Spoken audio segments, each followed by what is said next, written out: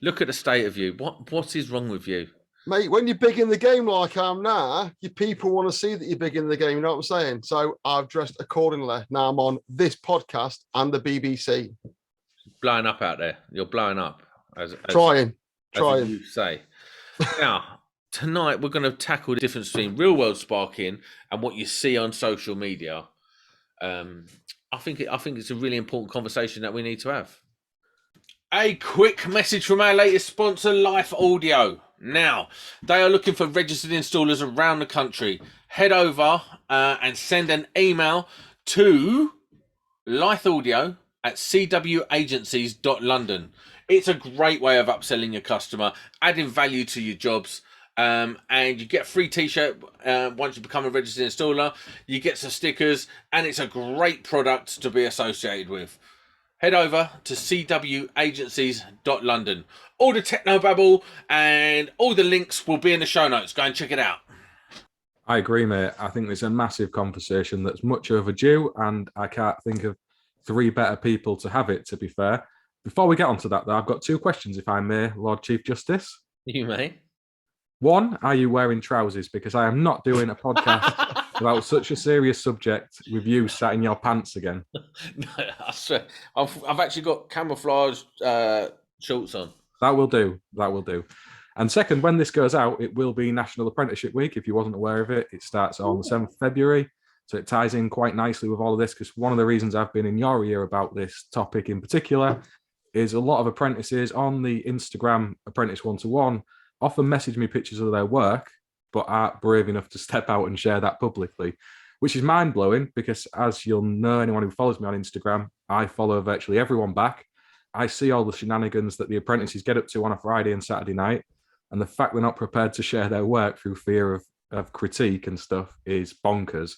So I want to just share a bit of the reality of what it is actually like to be an electrician, and that it's not all sunshine and roses that other people are putting forward on Instagram. That is the best version of the electrical world. It is not the real version of it.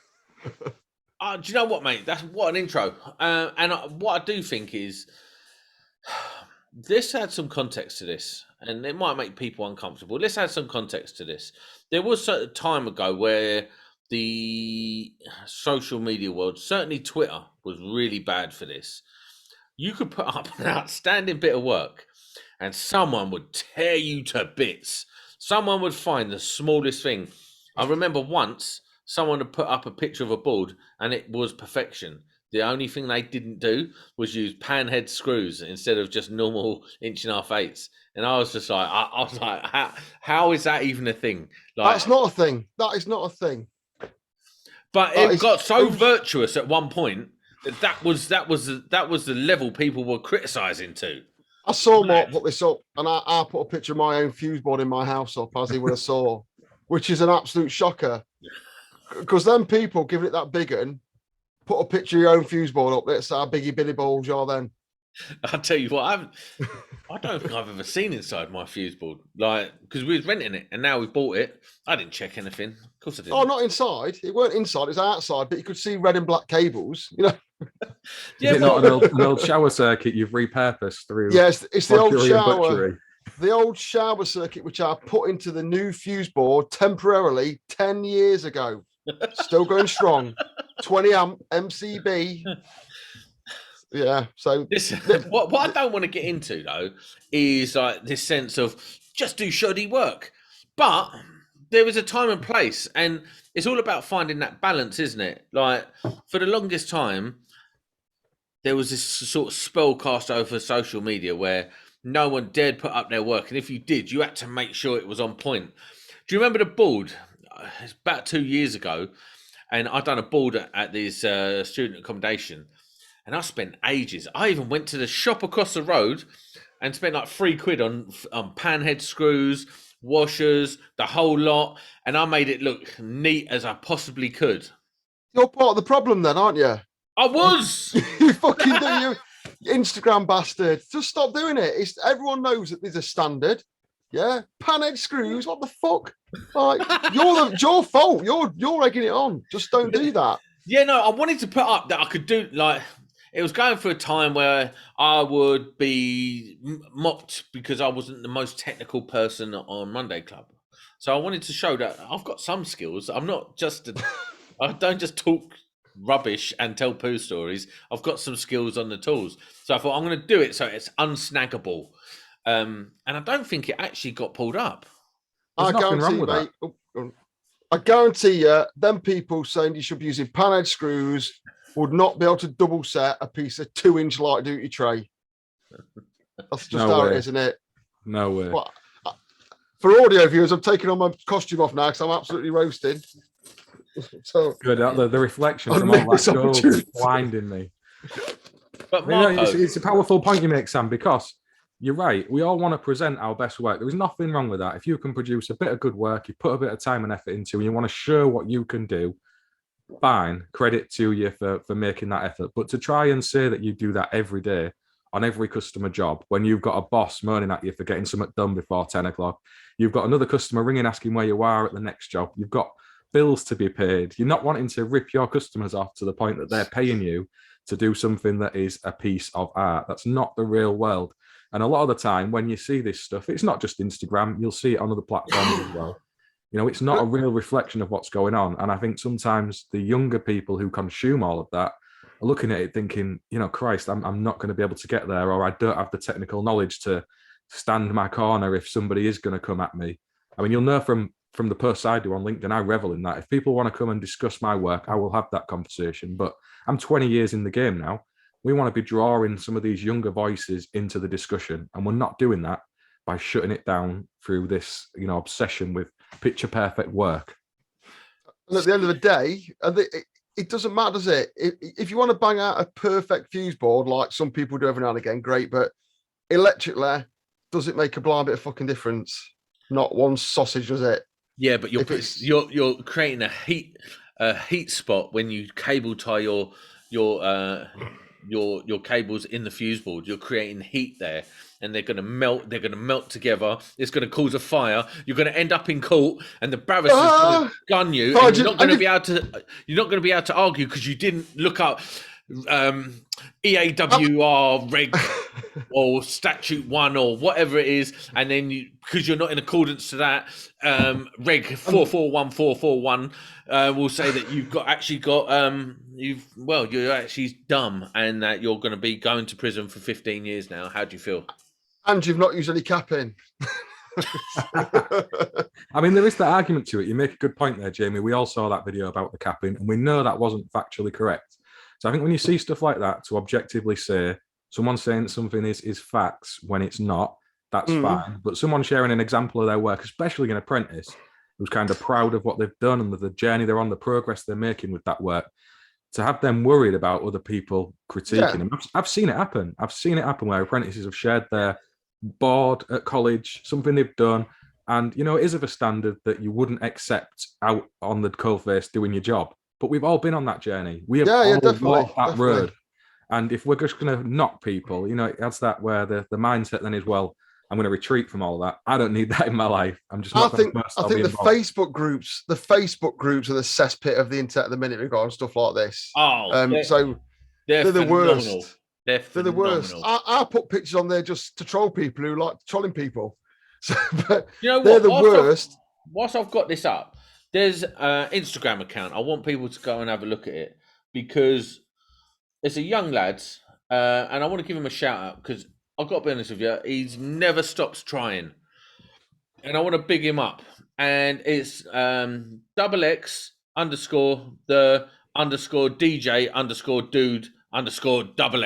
What a shout! That kid's a legend. He's a lot of underscores. Look, yeah, and I'll put a link to it in the show notes. I know I always say and never do, but I will this time because actually, you see his journey, mate. He puts it up. He puts it out there, and yeah, he gets ripped for it, and some of it, rightly so. It's like, have you never seen a right angle?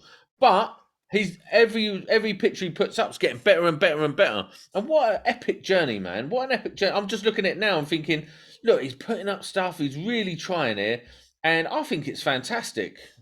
There's a fine line. Oh, sorry, we're clashing lots there. There's a fine line between constructive criticism and being in that. And for apprentices, you've got to make the line less fun, and you can get away with a bit of both, but not just randomly on internet to people you don't know. No, there's no need for it. And do you know what? It's all about, like, I don't know. I think I've been guilty of ripping people before because I've been on a journey. I'm naturally a bit of a dick, and I've been on a journey, and now I kind of see that guy, and I think, do you know what? 2 years ago, you were trying, and it looked a mess, and now it's so much better and stuff like that. Yeah, I mean, listen, we've all been on that journey. I'm not sitting here as some bloody Prince Perfect on social media. We all know I have. But that guy who you just mentioned, he actually won a competition on Apprentice 1-to-1. He won some gear.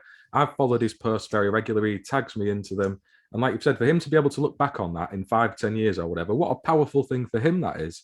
You know, we forget about this as social media. It's not just sharing as others. It's making that record for yourself. I've got a phone full of pictures. I'm never going to look at them ever again. But if I've got them on my Instagram account with the kind of written words that go with them, I'll look back at that sometime in the future. My kids, my grandkids might do. It's a record, isn't it? And I think for people to be missing out on doing that because they're worried about what some randomer off the internet thinks of them, or having this nonsense point of view put at them. I mean, even Experience Sparks, you'll see it on the YouTube videos recently where people will comment, "Oh, that's crap. That piece of work's rubbish," and all the rest of it. And there could be an argument to that, but that's that person learning that live on YouTube. Yeah, I know, right? We've all been there doing those mistakes. I have messed up so many times. I haven't had a camera behind me recording it. If I was asked to go and do some BMS work with you, Sam, next week and have someone filming me doing it, there would be more balls ups than you could imagine. And with me doing it. Well, you know what I mean, though. We were all capable of that. So I think the people who are sharing their content in that way, if they're not asking for that interaction and that critique, there's a way of going about it. You can private message people. I'll push back a little bit on that because sometimes it's like, if I don't think you should be horrible to people, but sometimes you need to like let people know. Like, and if you're putting it on the internet, not so much Instagram and stuff, but certainly YouTubers, if you're putting it out there, like, you can't just take the good. You got the bad will come as well. I've had it. Why put it out there? You haven't got to prove to anyone anything on the internet, have you? No, but like, it's like, if you're proud of it, great, but you ain't got to put everything on there. Maybe some people dig themselves a bit by putting it on there, but ask your boss, say, is this good enough to put on the internet? Well, I mean, I'll put some in and my boss would go, or the person would go, sort that out, it's shit. You know what I mean? So if your boss is saying that, don't put it on the internet. If you're saying, yeah, it is all right, put it up there to shut up. But you can make a rod for your own back by being one of these that puts the dinner on there, can't you? Listen, it's worth bearing in mind. I put up a live working video. I had to take it down with my company. I called you a dickhead on that before because it was the first one of your videos I'd ever seen, and I was like, "What the fuck is this doing?" And I didn't know you was doing it ironically, and I had to go back and delete it now in case you throw me off this podcast. You sent that to me before you released it, and I told you not to put it out in the first place. That's the me. polite way of telling people not to be done, not to do silly things on the internet. There's a way and means rather than, you know, putting it in a public place for everyone to see. I've had it this week with the safe isolation stuff I've been sharing on LinkedIn. I had someone tell me that I share unsafe working methods for apprentices and young people to follow around safe isolation, and that I would probably work inside a distribution board to remove neutral links live, which is bonkers. That is so far away from anything I would ever share. But that's on a public platform where I find a lot of my customers. You know, there's not just the interaction from the point of view of putting people off. You can affect their professional reputation as well. So I think we need to be a little bit mindful and hold people to account for the stuff you're sharing. We are all responsible for that. It's on us as people who are sharing that publicly. Yeah. And I say on all my YouTube, if anybody watches, I know Sam doesn't, but I always say, get involved with the comments. Let me know what you think. You know, I want that interaction. I'm asking for it. You know, that's regarding safe isolation. One thing that's really starting to piss me off about it, I'm actually producing a video on safe isolation at the minute. It's taking age because it's about UK garage as well. But I hate the rigidity of safe isolation that it's taught every one of the people on the internet with a gob on them about it. He's teaching it really, really rigidly. Oh, you do this, and they just read it out of a book. They've not got any experience of real safe isolation where things have to be fluid or any kind of permit system. It's just chances talking, getting on my nerves. Hence why I'm doing a video on it. So any apprentices out there who think they're not being taught right, it is a very fluid system. It's always different, and every isolation should be taken individually, not off some dickhead's comments on the internet about how you do it. So there, it's internet. No, I've got to be honest with you. The reason I done my safe isolation video was because I'm so sick of Safe for September. It's such a virtue signaling nonsense. Rewind. Safe isolation. You did not do any isolation. Didn't do any. It worked though, didn't it? It works. It sucked me right in. I was like, who the kid? Proper. I was like, I'm into it like that. But yeah, I had to go back and delete it once I realised you was taking the piss. I'm Stamp. Anyway. And we're all raging. Nah, but I tell you what.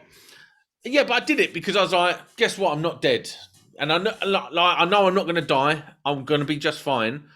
Like, stop acting like you're saving every time you do a video on it. You're saving 1,000 lives. Because then I've done it. I've done what you did in that video. So I don't know why I was getting so angry about it. I've done it. So what I'm now, right? Cheers, Sam. Everyone's done it. Everyone's done it. Maybe Mark hasn't.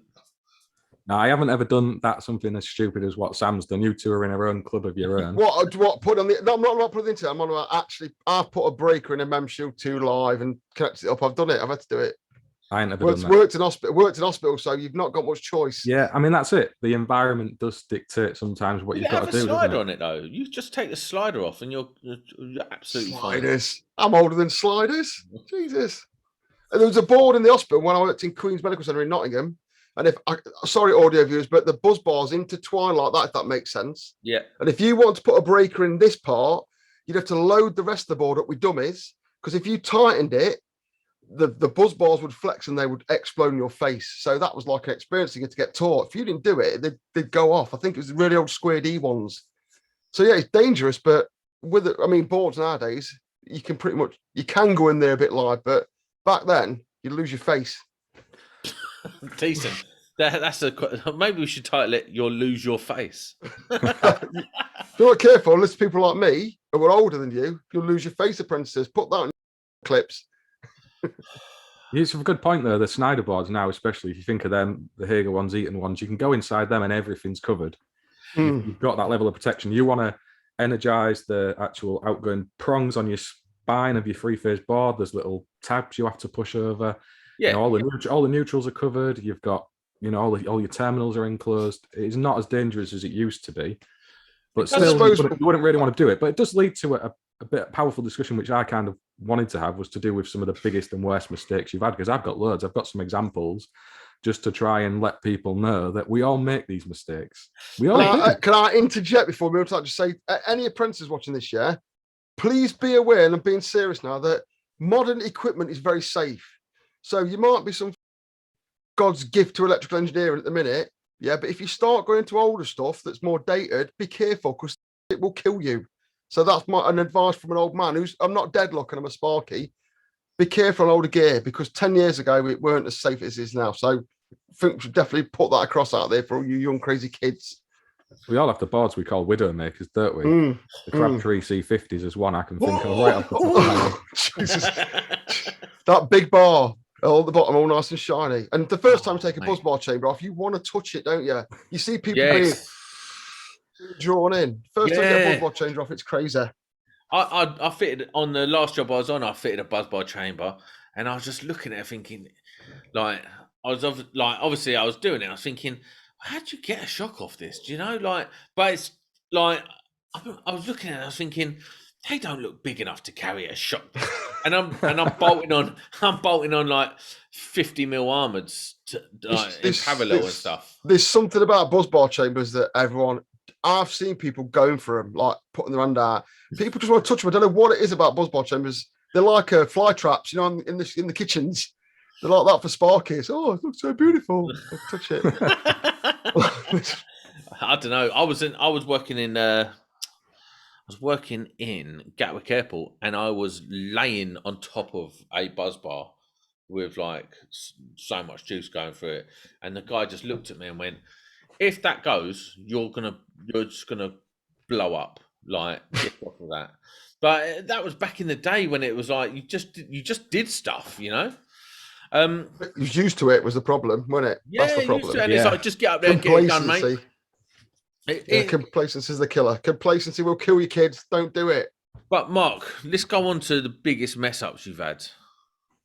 Yeah, I've had a few, and they're kind of varied. I actually messaged Jamie about one of them the other night, and that was very early on in my time when the boss had sent me to shut off a floor on a big office block, and I went off to the riser cupboard and turned off the wrong floor with everything on load. Everybody in the office using it, not the empty office I was supposed to be isolating. And this was a big floor of a building, so I've been off and done that. That wasn't a very popular move. Basics as well. I've wired up socket circuits on people's houses in 3-core instead of 2.5 twin and F. So your 3-core 1.5. They look very safe, very similar from the outside. And I've done it and not realised until after the plastering's been done and we're second fixing. That wasn't popular either. So that's one. That's so annoying, though. It's so annoying. Yeah. I nearly done that the other day. One of the last job I was on. 3-core should be a different colour, in my opinion, because I've done that. Sure, and the ironic, my apprentice when he did that as well the other week. It's like we've all been on that journey. We'll all do it, and you have to. Why are you doing stuff that I've done? Exactly, you have to learn through experience, don't you? And do you know what I did the other day? I'll tell you what I did the other day. I had to wire a light, a surgeon's light, and this is a minor mess up, but it's not really a bad one. But just thinking about it, it's a surgeon's light, and I wired it in 2.5, and I was like, I know it doesn't really matter. But I got back to the board and the geezer I was working for, and I was just like, and it's a long old run, and I was just like, I'm leaving it. I'm just going to roll that dice. It's not that mistake. It's just the fact. It's not the cable side. It's the fact that you fan it around for 3 hours to pull it in because you can't look at a drawing properly that makes you want to cry inside. Yeah. Like, I know what I'm doing. I'm the big man here. Yeah. Oh yeah. Well, why that in 2.5? Oh, they're going to cry in the car park. Yeah, and I was just like, well, how have I done that? How am I so dumb that I've done that? It's just silly little mistakes like that you make all the time, but no one's really going to say, who does that? Who does that? Who wires it in 2.5? It happens, man. Shut up. It does, but it's not expensive, is it? That's what separates the clangers from normal mistakes from proper clangers. Is the cost. What about this? On one of my very first jobs I was working with this apprentice, and his name was Billy something, and he was a right. It was the end of the job. They were just tightening up the end of the job. It was all done, about to be handed over, and it was a big job, like probably £1 million job or whatever. He had to fit something to the floor, and he drilled through the floor tile straight into a load of data cables. And wrecked. I think he's putting a floor box in or something, and he used like a cone cutter, didn't protect underneath, went straight through, boom, done the whole lot. It cost about 15 grand to put right on the last day of the job. I was like, what?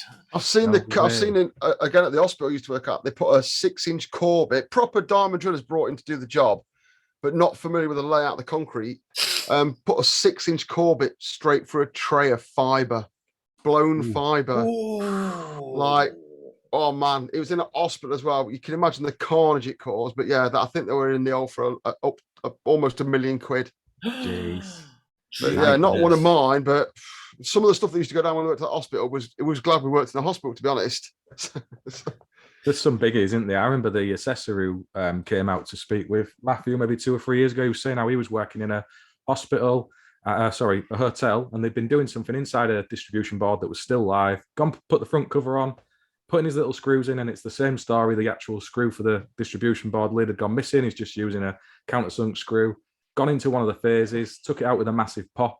Oh. Some clients who were in the hotel having a very important meeting in one of the conference rooms lost their internet, power, the whole lot. Ended up being a 50 grand claim on their insurance. No. It's so something so stupid. And he's like, I'd look back on that and think, what were you doing? Why were you the worst doing one that? is? The worst one is when it's not your fault. And going back to the hospital again, Matt, I'll have to tell my mate Phil, he's watching this now, so he's about to get a mention. Phil, sorry about this. He was working in the hospital, and some clown, and they are a clown, had got some, I think it was 6mm threaded rod off an old hanger, and they'd obviously hacksawed through it, snapped it off, and bent it up. And he went walking down the void, which was about 5 foot, hit him on the head, Yeah. up, into his head about a good, I don't know, 3 or 4 inch threaded rod. And we had to go up to him and grab his head and guide him off this threaded thing. Oh no! There was claret everywhere, as you can imagine. Drag him out the void while he's all dizzy and that into the hospital. Chuck him in a wheelchair and wheel him down to A&E. And there's anywhere on your head. There's so much blood in there. But I mean, someone else doing that to you must make you fuming. You shouldn't ever do that kind of thing. You know what? That happened to me not so long ago when I was working at the Pfizer building. I've done a little video, one of my videos. I hit my head. I hit my head underneath, and I heard it rip. I heard it go, and I was like, "What is that? What is that?" And the blood was gushing. And it was like it's where they didn't file the end of the stud, and was under the. Oh, that's just as bad. It's a razor. Yeah. It was a razor, and I've got a big scar on my back from that job as well, from the same thing. I can't remember the last thing I done wrong. What was the last thing you done wrong, Mark? I'm drilling through a lead pipe in someone's bathroom, putting up sometimes in kitchens, up north in people's kitchens, they often have old fluorescent lights running through the middle of the kitchen, and it wanted replacing for an LED equivalent, but the fixing holes for it weren't in exactly the same place as the old fluorescent light. So I popped some screws up into the lath and plaster ceiling, try and put it in place. But some kind plumber way back when, probably in 1950, had run the lead waste pipe for the bath tight on that ceiling, and I put my screw right in it. And I remember very clearly Matthew stood behind me and he started laughing. I was like, "What are you laughing at?" He said, "You're getting a shower downstairs, you stupid dickhead. You've just drilled through a pipe somewhere." He thought it was hilarious. It's just not funny when stuff like that happens. No, because you know, repair a lead pipe when you're like there. A lead waste pipe in Yorkshire. Is this the most richest man in Yorkshire's house? Hey, all of them up here still, mate. There's I've never heard of that. Never heard of a lead waste pipe. Mind you, you'd be like, "We bet you could have scrapped that and fitted a plastic one and got your money back." Yeah. That's what happened in the end. That is the actual solution that happened in the end. We had it replaced with plastic and we weighed the lead in. One of the most annoying things I've ever done, and it was for a former boss again. He'd been doing something naughty, pulling the service fuse from somebody's main supply, passed it to me to hold on to, and I dropped it into the meter cabinet. And you know they have those little tubes, the hockey stick where the cable comes up. It went right down there, and it wasn't one of those where it kind of can be got access to at the bottom. It went right down it, and you stood there then, on a job. He hadn't got any service fuses in his van. All of a sudden, he's ringing around wholesalers trying to get the right fuse to put back in, swearing and cursing at me. I didn't have a driving license at that time. There's stuff like that. It's just so stupid, but it can ruin your day, and they're just basic mistakes that we'll all do at one time or another. What about dropping your I don't know, like a pair of cutters in the void of done that in the plasterboard wall? Oh, mate! And then you're looking at the bottom, and if they haven't put the what do they call it, the skirting on yet, you can drill a little hole and get it out. But if the skirting's on, you're like, what am I going to do now? Losing tools is the worst thing ever. It makes me so sad. From being commercial industrial, leaving it above the ceiling. Oh, or on a girder. The other week I was on a filter, a bag filter. I lost a pair of Nipex Cobra grips. They're like £30 a pop. I was like, they've gone. I'll never find them because they're the one losable thing. And then it's like I literally spent the entire day with a total sad on. I'm pretty sure. I don't know this for 100%, but I'm pretty sure my impact driver is still on that power station I worked on the cooling fan on the power station I worked at not so long ago. I've got a Nokia 5110 in a fuse board somewhere in a building in Leicester. Worth recovering. It was my work phone. I was like, I'm not going back for it now. There's a 5110 in a fuse board, so someone will get someone on that for that on eBay, I think. Have you ever been back to a distribution board and found a set of your snips in it like 5 years later on the next inspection? Because I should be by now if everyone loses tools like me. No, I did it the other day. I finally got this control room sorted out. I put the fuse board cover back on, and it's just an Eaton one. So, door, screws, click it all in, get it all right. Done it up the last one. I was like, where's my cutters? And I knew they was in the board. And I was like, do you know what? They're staying there. And it's only a couple of days later when I lost my second set of cutters, I was like, I'll go back and get them. So I never board off. I never had that problem because when I leave my cousin a fuse board, I always get them back when I'm putting the neutral cover back on. Yeah, Oh, that is another good shout. That is another one that's very common, isn't it? Especially Mem 2s, the U-shaped one. You'd be like, lid on. Oh, well, yeah, every time. every single time, and you're like, In front of an apprentice, so they can see what a prize bellend you are after you've just been telling them how to be dead thorough and stuff like that. Do you want to put that cover on? I'm like, yeah, I do, yeah. Yeah. Back in. Yeah. My worst thing is, and I do it more often than I should, is that if I'm cutting a bit of tray, I'll do all the measurements, get it all nice, do the bend all nice and that, and you're going off it up, and you're like, why doesn't that fit? Why doesn't that fit? And instead of like measuring 62, you've measured 52, and you're like, there's just no fixing that. There's no fixing it. It's reminded me of one. A guy, he was an old boy, but he thought it was God's gift to sparking, and he's done a 95 mil, and he'd done his cut, started taking his sheath off, and he said, I thought this was taking a long time, and he'd gone the wrong way up a cable. So he started taking the outer sheath off the good bit. No. Yeah, and he started going uphill, and then gone, this is a bit longer than I thought, and he took about 6 meters of outer sheath off in the wrong way. Oh. It made us replace the entire cable. Oh. It weren't so gobby after that. I've done it before with trunking when you're drilling your holes in it and you've kind of got a set layout that you need to match up with a DB and you get it the wrong way around. Done that lots. All your holes are out of line. You know what? There were people listening to this cringing, won't there? Oh, from that. It's the reality of what we do, though, isn't it? It's not always perfect. 90% of the time, we all get it right. Let's have it right with decent at what we do. Yeah. But that 10%, it's human nature. You're not, and it perfect. Is about 10% as well. I know it is. Like, I don't care who you are. Maybe with the exception of Mike at Residual Current, because I think he's pretty good. Most of the time, you're making at least 10% of the work you do. You've ballsed up somewhere. Whose fault was it normally? Would you say? Yours. Everything's Yeah, your fault. yeah. As long as we can admit that bit, it's because you've not. Oh, I don't need to write this way up on it, or I don't need to scratch out cut you out a bit, or something like that. It always ends up being your own fault. You've only got yourself to blame. That's the question. If you're doing tube, like, are you really funny about having the writing on the inside? No, just normally take it off last tone at the end. Yeah. No, because you know, like the printed writing that comes on with it. Yeah. I've been on jobs where they're like, I'll make sure there's no writing. Yeah, just take it off last tone at the end. Well, who carries around acetone? Me. All women. Nail varnish remover. There you go. As long as you've got the cost data sheet for it and it's on the register at that site. I won't dream of taking acetone randomly onto a site to do that. Mate, I don't know. I'll tell you the worst, I think the worst mess up I ever done, I've told this story before, is I was still an apprentice. Well, Does this involve shit? No, mate, I could tell you about 4 stories right now. Don't need to hear him. I had one tonight. Keep it. Listen, I had one tonight, and what did I do this to myself? Don't go there. This is a good podcast. Do not ruin it with you talking about crapping yourself. Move on. It's quite a good one. It's a good one. Put it on the extras. All right. So anyway, I wasn't an apprentice. I was like working for this company as a mate / apprentice. They were taking the mick really.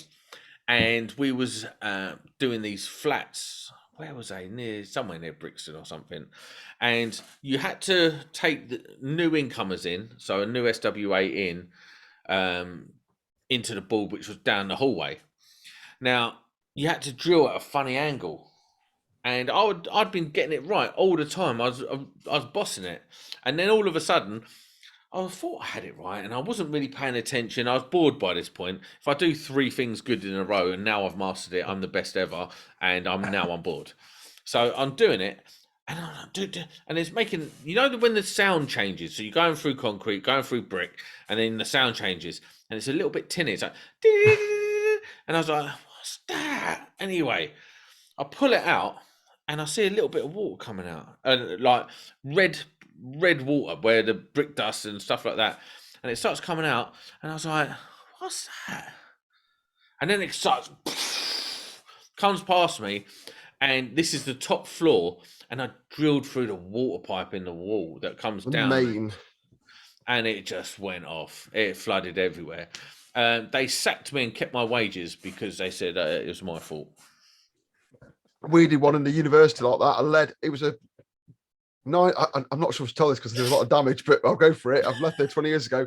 We used to do loads of work in research because not university got a lot of research laboratories, and the students do the research in there. Obviously, get paid for it, make money for it. And it was a 60s building, and the main water pipe, the mains pressure one, was in lead, and a guy put a drill for it, 6mm drill, and it come out like a fucking laser. I'm not joking. It was straight as a die. There was no water even going to the floor. It was that much high pressure, and it hit this window. And we're on about the 3rd floor, and I actually got thanked for this because I just threw a chair through the window. I went to check no one was outside just to let it out. But in the meantime, it flooded the entire floor and wrecked loads of work below, like years and years of work, like years of studies and that. But you got to think on your feet. But once lead don't tell you anything, does it? It's just like it feels like brick. You're in and you're off. You're never gonna know. Never gonna know. And what was weird was we didn't realise in the building. It just looks like a science lab. You think, oh, we could break something. You don't realise the amount of money and time that's been invested in that when you totally fuck it up through some simple action, which made it even better. I'm trying to think of things I've really messed up. I must be quite good because I don't have many stories about it. You must be one of these sparks who's either not actually a proper electrician or is very good at lying. Because most electricians have got a catalogue of these things if they think hard enough, or they've never actually been on the tools long enough to get these kind of mistakes. You know what I do a lot? And I cut myself a lot. Like, I mean, maybe once a day I pick up a cut or an injury at work. Who else does this? I had a spate of Stanley knife-related incidents. Today. I slipped my hand on a screw today. And I'm like, how? That's why they give us electrical tape, isn't it? I thought that's why we got it. I know, what's your worst cut? What's your worst one? Everyone's got a worst cut. Where's yours? My worst cut is the scar on my back. I would show you, but I've got a lot of back fat. It's very unpleasant. And then my worst injury is that. Can you see that there? Yeah. Broke my wrist in 10 places.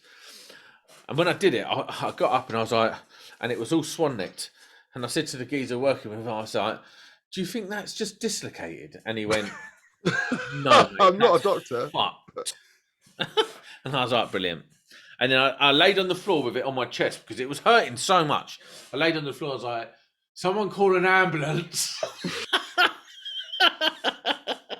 And I'm just laying there, like rolling around, going, someone call an ambulance. And then so they gave me the phone, and the ambulance person was asking so many questions. I'm like, listen, I don't really feel up to answering these questions. Could you please just send me an ambulance? They're like, no, we can't send you an ambulance unless you answer these questions. I was like, that's a lie. I'm sure that's a lie. Yeah, what's your conscious? Did you ring 999 or was it some other like dodgy number that you got the Yellow Pages or something? 0898101. One of them. Do you remember, like, if you stayed up late enough, you get them? 0898 50 50 50. Yeah, people in your area and all that. Yeah.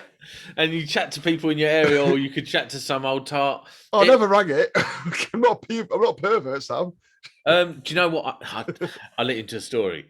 So there was a time back in the day with one-to-one phones, where you could do the service code, and it's like an engineer's code. So it's like *#059 *#059. You put that in before you made a call, and you call for free. Hacking. Hacker man. When someone told me that, I was like, sweet, I'm going to phone these numbers. So I'm in bed, I'm about 15 phoning these numbers and whispering because I don't want my mum and dad to hear. Who the fuck you been calling Taiwan, boy? Everyone know that quote. That's where that story in Oh Human Traffic comes from. Who the fuck have you been calling on these? What were they talking to you about? Bad sparking like this? Yeah, probably. No, I don't even think I got through to anyone because like the scam was that they'd keep you on hold for ages and ages and ages and ages, like 10 minutes before you get through to anyone. So you tell them there's not any hot singles in my area. Probably not, mate. Oh, for fuck's Who would admit that on a podcast? Who would admit that? Why have I even admitted that nonsense? Because My that's West what I Cut watched for. See what you say next. Yeah, my waist cut was in my hand. I drove a screwdriver into it, and I went and got Matthew, who was really squeamish, to say, like, do you think we need to go and take this to a hospital or just patch it up? And when I took my hand off it, the blood spurted up Yeah. on the top of the van, went everywhere. He nearly fainted. I was fine. But yeah, that was one where I had to go up and get that sorted out. It would not stop bleeding. I got the same in my leg. Cutting a bit of whitey. I was at Maplin Madhouse, as we used to call it. I cut a bit of YT2. You know, you drill 2 holes and cut a groove out the back of something. And the knife was blunt. I'm pushing it, slipped straight into my thigh. Was it this bit? It's just here. And I've got a little cut there, and it looks like a little lady part. And I literally rammed the knife in, and I was like, I goes to my mate, goes, I think the blade's gone in. And he's like, do you think it has? I goes, I think the blade's gone in. And I was like, I'm looking at it, I had jeans on because you could wear what you wanted then. And I pulled the knife out, and it went a little bit red, and then it just went. And I was like, whoa, started vomiting up here to ring an ambulance. There was blood. Absolutely. Run an ambulance because you stab yourself with a Stanley knife. Like a full half blade, what comes out of a knife, straight to my leg into some sort of veiny type thing. And as I pulled it out, it just spread like crazy. That was the worst one I've done. A lesson to all this for people who are listening. We all do make mistakes, but learn from our balls ups. Do not repeat these mistakes. If you are listening now, wear gloves. Don't stab knives in your leg. Be very careful. You know Don't what? wet live. Here's the question. What to you is the most important bit of PPE? Don't say knock-off kit or something like that. I'm talking about what is your most important bit of PPE that you wear? Space, time, common sense. That's it. What you wear, idiot. What you wear? Gloves. Jamie? Gloves. It's got to be this hat I'm wearing, because with a head as big as mine, it goes into shit. So if I had this on, I'd knock myself out on a daily basis. So yeah, wear your hat, kids. Got some ear defense on it as well, look, because they're important. Because do you know what? That's the dumbest one. No one wants to wear them hats. They rub away your hairline. Look at Mark. This one is my DIY Sonic special. But what I will say is, regarding the hats, you know, all hats are shit. I don't advertise for them. 3M, yeah, 3M ones with the ear defense on.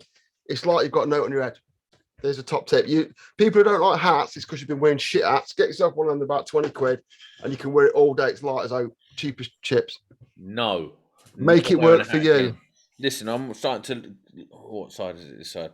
Look, it's starting to go. I'm not playing. I'm not playing with hats no more. That's not the hat, mate. That's not the hat. It's the fact. I know. Gloves for me. Gloves all day long. Even if I don't have to wear gloves, I wear gloves now because I'm 9 times out. Do you know the worst, most painful injury that you do repeatedly is, you know, when you're using an impact or something and it slips off the screw and goes in your finger. How painful is that? That's a pain that I can't even explain to people. Unless you've done it, you'll know what I mean. I'll be saying I can't not wear gloves now. Once you've worn them, once you've used them properly and don't moan about them, and you get used to doing fine work with them, you can't not have them on. So your hands get covered with crap, don't they? Like grinding dirt proper in your. It's not even that. Gloves. I'm gonna break it. I'm gonna stab myself under the nail or something. I'm gonna cut my finger. Something's gonna happen. Yep. The croppers as well, you know, that little lump thing. I did that the other day. And you catch the inside of your finger on bit. them. That bit. Why do they put that there? I had to file mine off the other day because I did exactly that. I was like, who the fuck is on so these? bad. Blood blisters. It's a nightmare. They are the worst. Where does that even like? Like it's been designed in to hurt people. I don't even know what it does. Why is it there? Yeah, it wouldn't matter if the blade over travelled, would it? It just over travel. Put a bit of the insulating, the covers on or something. It doesn't have to be bare metal that's going to crush your skin if you slip. Oh, mate. I'm not sponsored by NICEIC Cobra, but if you tell me a better set of grips, let me know, because you know NICEIC Cobras won't trap your little finger when you're using them. And in NICEIC Cobra, they won't. But any cheap grips will smash your finger in. Every time I pick up a pair of inferior grips, I ram 2 metal bars between my finger with loads of my own force, which really gets on my nerves, which is why I won't use anything else. And when I do it, I'm like, these aren't my grips, are they? Listen, I hate Nipex, so they What, rust. Nipex Cobra grips? I guarantee you got rust on them. I couldn't give a fuck. They're the best grips going. I couldn't give a fuck if they're covered with dog shit. I'd still use them. You and that Rust. A1 guy said this, and it kind of made me look at mine, and they're rusty. You're right. Rusty. Nipex Cobra. And then rusty. Nipex will tell you, no, that's just grease coming out. No, it's not. It's rust. Looks like rust. It is rust. It's 100% rust. Stop lying. Your tools rust. But we're going to do an episode about tools and stuff very soon. We've got some tool experts coming on. Sweet. Mikey. Yeah. Is it going to be freebies? Listen, he's a British homegrown business, and I support him by not having freebies. So am I. Give me some fucking tools. British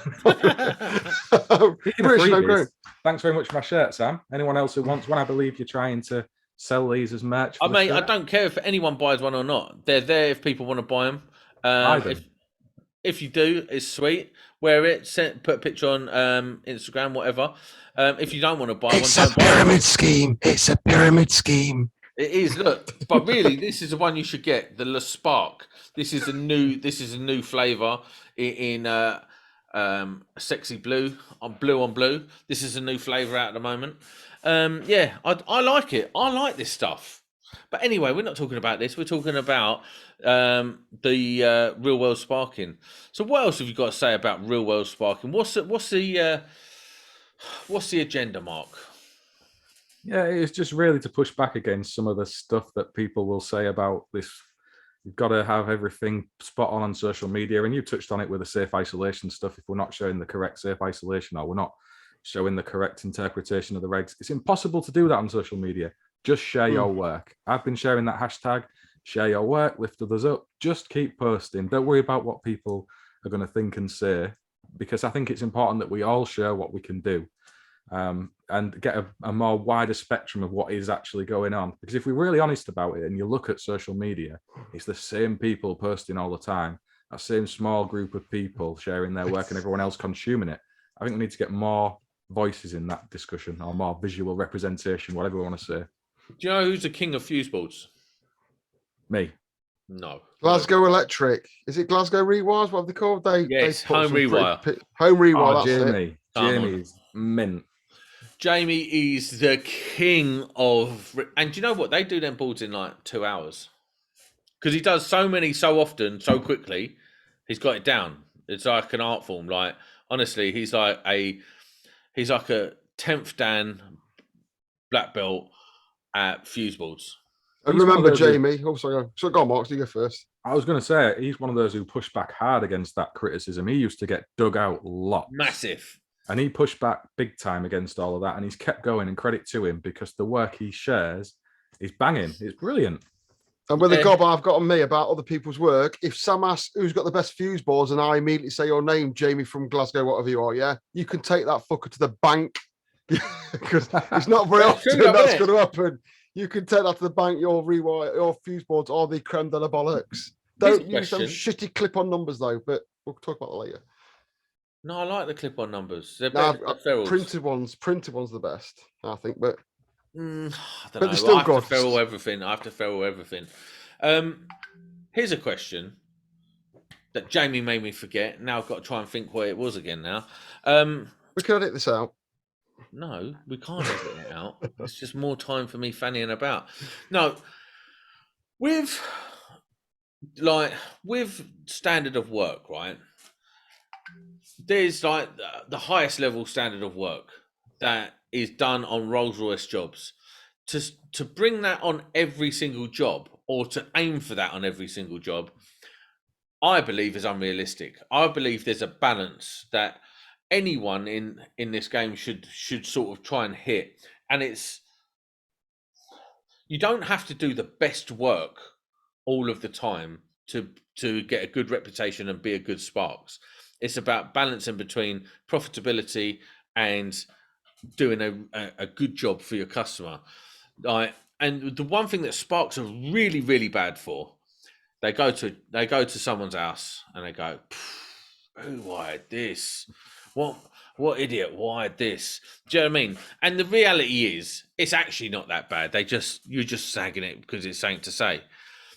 What do you think about that, Mark? Do you think we should go to standards all the time? And do you think we should try and do our very best all the time? Or do you think there's an equilibrium that we can find and work to?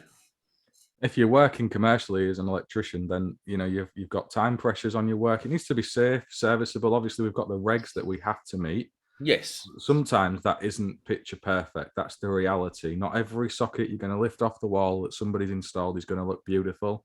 But as long as those terminations are soundly made and it's all done pucker, then there's no real issue, is there? And you're right. I go out all the time. My missus, she really loses it with me because I'll walk in a restaurant or the cinema. First thing I do is look up, and she sees me doing it, and she's like, "Don't even start," because that's the natural thing to do as electricians, isn't it? Snag other people's work. It's like we revel in it, and that's one of the things that we really need to be. And I include myself in that, as I said earlier on. Just be a bit more mindful of that. When we're talking about apprentices, especially, maybe don't pull them to shreds over the tiniest little things that aren't quite right. But I think like the biggest thing on the internet is snagging the cable ties and fuse boards. What's your opinion on cable ties and fuse boards? Yeah, I mean, a lot of the time with a trunking leading up to them, you're going to have the cables laid on each other anyway. I mean, there is the point of overheating if you're creating those hot spots, but generally the cables have been derated elsewhere because of bunching and grouping anyway. And if you actually consult the design guides, a lot of the time the use of cable ties in a consumer unit or distribution board is a non-issue unless you've got some circuits that are persistently going to be at the limit of their rating. So storage heaters, for example, maybe, or supplies that are going off to immersion elements in a hotel. Generally speaking, I don't see the issue with it. The way I work, I use cable ties and then I'll cut them off at the end. Yeah. They're going neat and tidy then. Just take them away. Mainly for the next person coming along testing, because there's nothing mainly for trolls than getting in a board and everything's cable tied together and you're trying to get stuff out to test it. It's a pain in the ass, isn't it? So I'd just cut them off. If I was to offer some, if I was to cut off some, if you're an apprentice or you're new to the game, yeah, you've got to work the regs. Everyone knows that. Yeah, so you should know them. Also, if you're doing a job, you should know the specification because you need to work to that specification. If you don't work to that specification, you won't get paid. If you go over that specification, you're doing work for free. And with the specification, it's not the regs, it's not a law. If the customer says they want it covered with treacle, they get it covered with treacle. So as well as being a big man on the regs, you need to read the specification of that job because that's what will save you going bankrupt or not getting paid and going bankrupt. You walk the tightrope in the middle based on that document. Go on, that's a powerful statement there. But it is, isn't it? It is. I've had it this week. I've had someone doing it this week to me, trying to pull some wool over another contractor's eyes because they followed the spec and they got me in to try and I was consulting against them, and I was like, no, you're wrong. They've done what you'd ask them to do. So be aware, young people. Yeah, that specification. If you don't know what you're doing on a job, you're not. What are you working to? Nothing. That every job should have a spec, and you should be working to it. Sound advice. Echo that big time, mate. Good shout. Final thoughts. I'm not coming in again. It's fucking wank. How much editing I've got to do? Marco, final thoughts. I just think that we can all try a little bit harder to not pull apprentices down and other electricians just for the sake of it. And if you do want to snag someone's work, maybe hit them up in the DMs. Also, don't forget it's National Apprenticeship Week this week, and there's going to be a few campaigns kicking off to do with Apprentice 1-to-1, so look out for that as well. Excellent. Monday Club. We're out.